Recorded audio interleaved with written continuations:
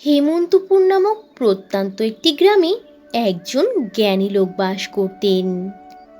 তার মৃদু আচার আচরণ এবং জ্ঞানের গভীর অন্তর্দৃষ্টি সর্বস্তরের মানুষকে আকৃষ্ট করত। একদিন এক অস্থির যুবতী তার কাছে এলো। তার চোখ ছিল অধৈর্যতায় ভরা। সে সেই জ্ঞানী লোকের কাছে অনুনয় বিনয় করে বলল, আমার ধৈর্যের অভাবে আমি ভরাক্রান্ত। এই অস্থিরতার মধ্যে আমি কি করে শান্তি পাব?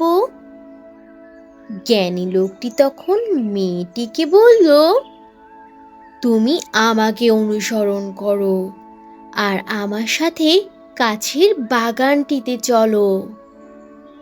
তখন তারা এক বিশাল আম গাছের নিচে গিয়ে দাঁড়ালো, আর আম গাছটি ছিল কাঁচা আমে ভরা।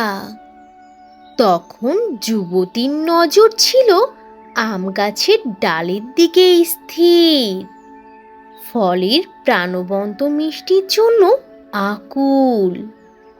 জ্ঞানী লোকটি তখন তাকে মৃদু স্বরে বলল, ওই গাছটির দিকে লক্ষ্য করো।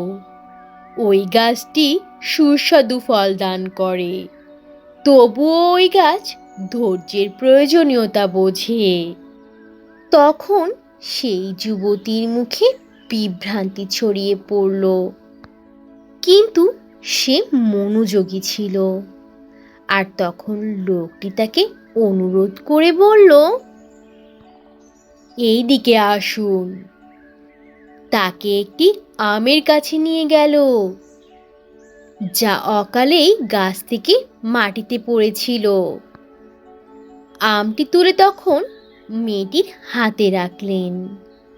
জ্ঞানী মানুষটি তখন হাসি মুখে বললেন, এই ফলটি তুমি খাও।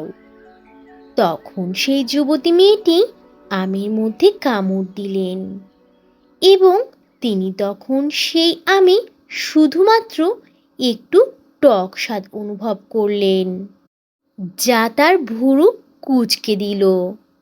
তখন জ্ঞানী লোকটি বললেন, এখন আপনি নিশ্চয় বুঝতে পারছেন কেন গাছটি তার ফল পাকার জন্য অপেক্ষা করে।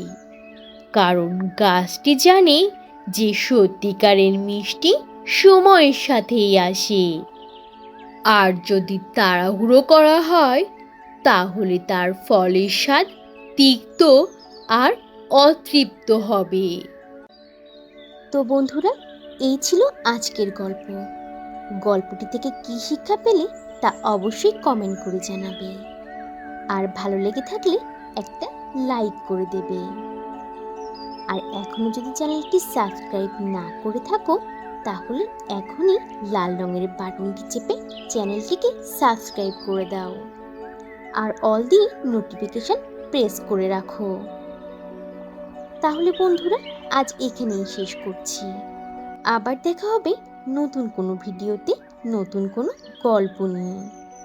সে পর্যন্ত তোমরা সবাই ভালো থাকবে আর নিজেদের প্রতি খেয়াল রাখবে। আল্লাহ হাফিজ।